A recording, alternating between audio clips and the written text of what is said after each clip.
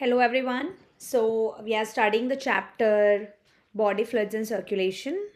इस सेशन में अब हम ब्लड ग्रुप्स स्टडी करने वाले हैं. So as you know, blood of human beings differ in certain aspects though it appears to be similar.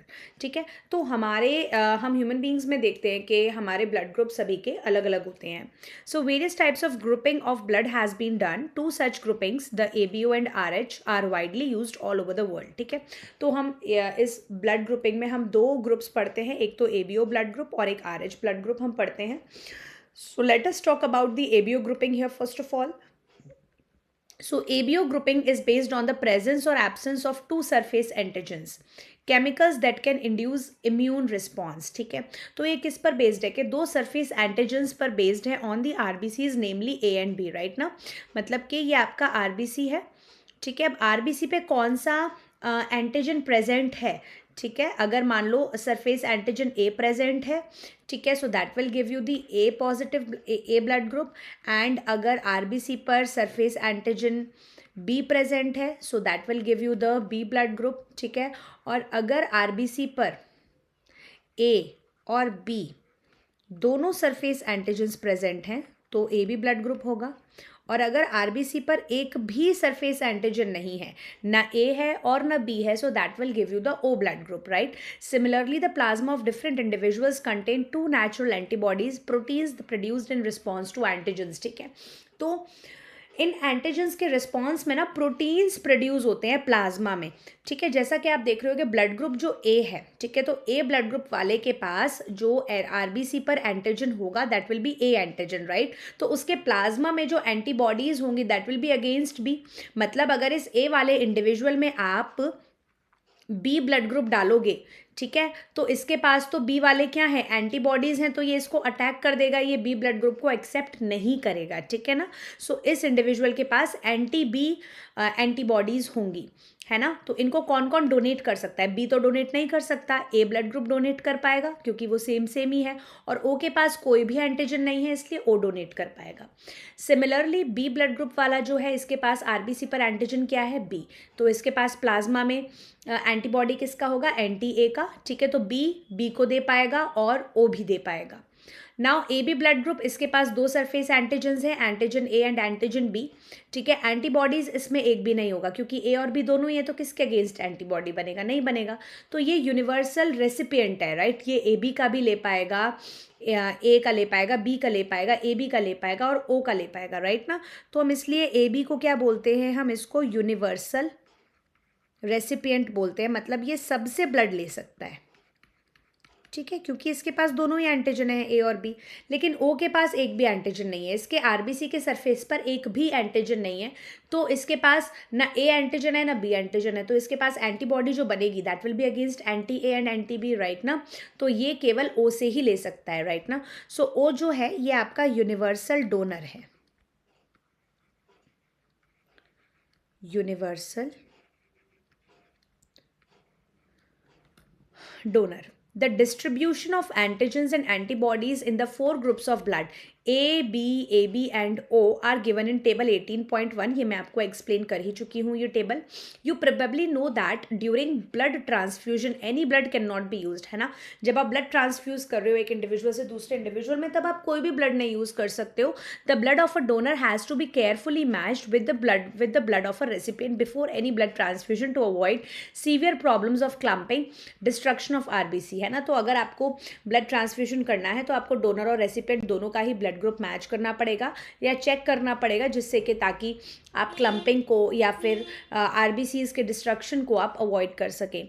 The donors compatibility is shown in table 18.1 यहाँ पर. So from the above mention table it is evident that blood group O can be donated to person with any blood group. ठीक है ना, कोई भी blood group वाले individual को आप ओ ब्लड ग्रुप दे सकते हो. And hence O group individuals are called universal donors, जैसा कि मैंने बताया अभी यहाँ पर. Persons with AB group can accept blood from persons with AB as well as other groups of blood. Therefore, such persons are called universal recipient. यहाँ पे मैंने AB को भी universal recipient बताया. ठीक है. Now the second grouping is the RH grouping. तो RH grouping में क्या है आप देखिए, RH grouping, another antigen, the RH antigen similar to one present in rhesus monkeys, hence RH, is also observed on the surface of RBCs of majority, nearly 80% of humans, है ना. तो ये सबसे पहले जो RH एंटीजन है ये सबसे पहले rhesus monkey में पाया गया था. तो rhesus monkey के भी RBCs के सरफेस पर, है ना, जैसे हमने RBC के सरफेस पर A एंटीजन देखा, B एंटीजन देखा, ऐसे ही RBC के सरफेस पर क्या होता है बेटा, RH एंटीजन होता है. ठीक है ना, RH एंटीजन होता है. तो जिसके सरफेस पर RH एंटीजन प्रेजेंट है वो पॉजिटिव कहलाएगा वो इंडिविजुअल, और जिसके सरफेस पर ये RH इंडिविजुअल नहीं, RH एंटीजन नहीं प्रेजेंट है, that will B negative, right.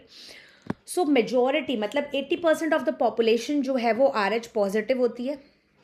ठीक है, ओनली 20% ही नेगेटिव होती है. Such individuals are called RH positive and those in whom the antigen is absent are called RH negative. An RH negative person, if exposed to RH positive blood, will form specific antibodies against the RH antigen, है ना. तो अगर आप ये negative वाला जो individual है इसको अगर आप RH वाला ब्लड ग्रुप देंगे, RH पॉजिटिव वाला ब्लड ग्रुप देंगे, तो ये तो इस RH फैक्टर को जानता नहीं है ना, ये तो इस RH फैक्टर को जानता नहीं है, तो ये तो इसके लिए एंटीजन होगा, तो ये क्या बनाएगा, इसके अगेंस्ट एंटीबॉडी बनाएगा, है ना, एंटीबॉडीज बनाएगा ये RH के against. Therefore RH group should also be matched before transfusion. तो अगर आपको ट्रांसफ्यूजन करना है ना, डोनर से रेसिपिएंट में करना है, तो आपको RH फैक्टर भी मैच करने की ज़रूरत है. A special case of RH incompatibility mismatching has been observed between the RH negative blood of a pregnant mother with RH positive blood of the fetus. देखो होता क्या है कि अगर मदर है, ठीक है, अगर मदर RH नेगेटिव है, ठीक है, तो उसके अंदर जो फीटस डेवलप कर रहा है ना, उसके अंदर जो फीटस डेवलप कर रहा है, मान लो वो RH पॉजिटिव वाला आ गया, तो डेवलप कर रहा है, कोई दिक्कत नहीं है, प्रेगनेंसी पूरी इजीली निकल जाएगी.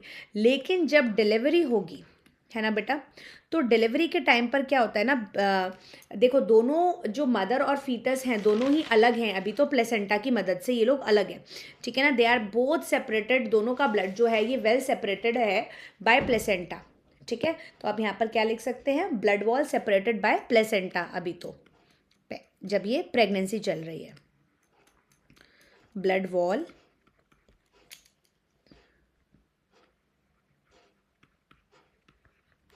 Separated by placenta. प्लेसेंटा की मदद से अभी तो ब्लड वॉल सेपरेटेड है. ठीक है, लेकिन जब डिलीवरी होगी तो डिलीवरी के टाइम पर mother comes in contact with RH positive of baby, है ना. डिलीवरी के टाइम पर क्या होता है, mother comes in contact with RH positive of baby. थोड़ा सा जो बेबी का ब्लड है बेटा वो मदर में चला जाता है, तो मदर के पास क्या आ गया, RH पॉजिटिव आ गया. अब मदर तो इसको जानती नहीं है ना, मदर तो नेगेटिव है, मदर तो RH को जानती नहीं है. लेकिन अगर मदर के पास ये RH पॉजिटिव आ गया तो mother's body will consider it as the antigen, है ना. तो मदर की बॉडी इसके अगेंस्ट में क्या बना लेगी बेटा, अपने अंदर एंटीबॉडीज बना लेगी. मदर की बॉडी एंटीबॉडीज बना के रख लेगी. ठीक है, तो पहली प्रेगनेंसी में तो कोई दिक्कत नहीं आएगी, है ना, प्रॉपरली डिलीवरी हो गई है, बेबी हो गया है. Now at the time of second pregnancy, if this mother only gets pregnant second time, ठीक है, तो इस मदर के अंदर तो RH के अगेंस्ट क्या है बेटा, एंटीबॉडीज हैं. और अगर इस मदर के अंदर जो सेकेंड फीटस आया है, ठीक है, इस मदर के अंदर अगर सेकेंड फीटस फिर से RH पॉजिटिव वाला आ जाता है, तो इस RH पॉजिटिव को ये मदर की जो RH एंटीबॉडीज़ हैं ये मार देंगी. मतलब बेबी में ये क्या होगा, RBCs का डेवलपमेंट नहीं हो पाएगा. ठीक है ना. What it will lead to, it will lead to destruction of foetal RBC. इससे क्या होगा, डिस्ट्रक्शन ऑफ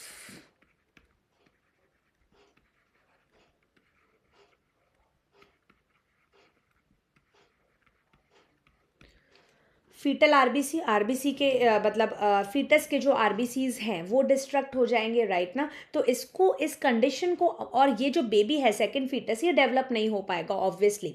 ठीक है, तो इस कंडीशन को आप एरिथ्रोब्लास्टोसिस बोलते हैं.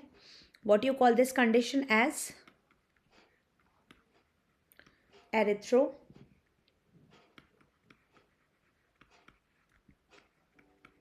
ब्लास्टोसिस, दूसरे शब्दों में आप इसको हीमोलाइटिक डिजीज ऑफ न्यूबॉर्न भी बोलते हैं।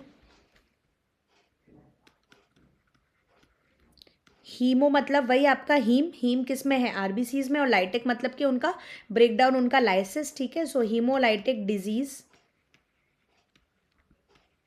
ऑफ न्यूबॉर्न हम इसको बोलते हैं, ठीक है। इससे क्या हो सकता है बेबी में, it leads to severe anaemia, it leads to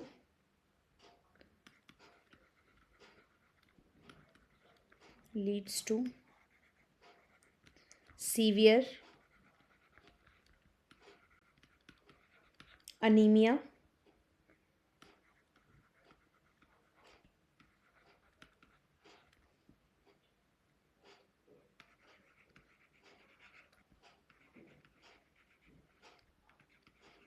jaundice में डेवलप,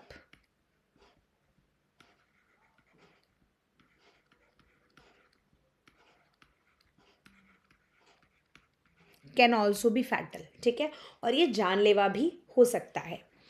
सो इसके लिए क्या किया जाता है, इसके लिए एक इंजेक्शन लगाया जाता है। आई विल टेल यू, पहले हम यहाँ पर ये पढ़ लेते हैं। So RH antigens of the foetus do not get expose to RH negative blood of the mother in the first pregnancy, right ना। तो फर्स्ट प्रेगनेंसी है अभी, तो फर्स्ट प्रेगनेंसी में तो मदर जो है वो RH एंटीजन के साथ अभी एक्सपोज हुई नहीं है, and the two bloods are well separated by the placenta, जैसा मैंने बताया था, ठीक है। तो ब्लड वॉल इनकी प्लेसेंटा से सेपरेटेड है properly. So however during the delivery of the first child there is a possibility of exposure of the maternal blood to small amounts of RH positive blood from the foetus, है ना। Delivery के time पर baby का जो थोड़ा blood है वो mother के अंदर जा सकता है, जिससे कि मदर की body can get expose to RH positive factor, right ना। सो इस केस में क्या होगा, the mother starts preparing antibodies against RH antigen. तो मदर तो RH एंटीजन को जानती नहीं है, मदर की बॉडी के अंदर RH एंटीजन चला गया है, राइट ना।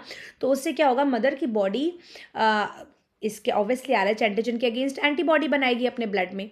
इन case of her subsequent pregnancies, अब जो आगे प्रेगनेंसी होगी, सेकेंड प्रेगनेंसी मान लो, the RH antibodies from the mother, जो कि मदर RH नेगेटिव है लेकिन उसके अंदर RH की एंटीबॉडीज हैं, can leak into the blood of the foetus, वो फीटस के ब्लड में लीक कर सकती है जो फीटस आपका RH पॉजिटिव है, and destroy the foetal RBCs, और वो उस सेकेंड फीटस के RBCs को डिस्ट्रॉय कर सकती है। So this could be fatal to the foetus और could cause severe anaemia and jaundice to the baby, ठीक है। फैटल हो सकती है, जानलेवा हो सकती है, सीवियर अनीमिया हो सकता है, या फिर बेबी को जॉन्डिस भी हो सकता है। This condition is called erythroblastosis fetalis.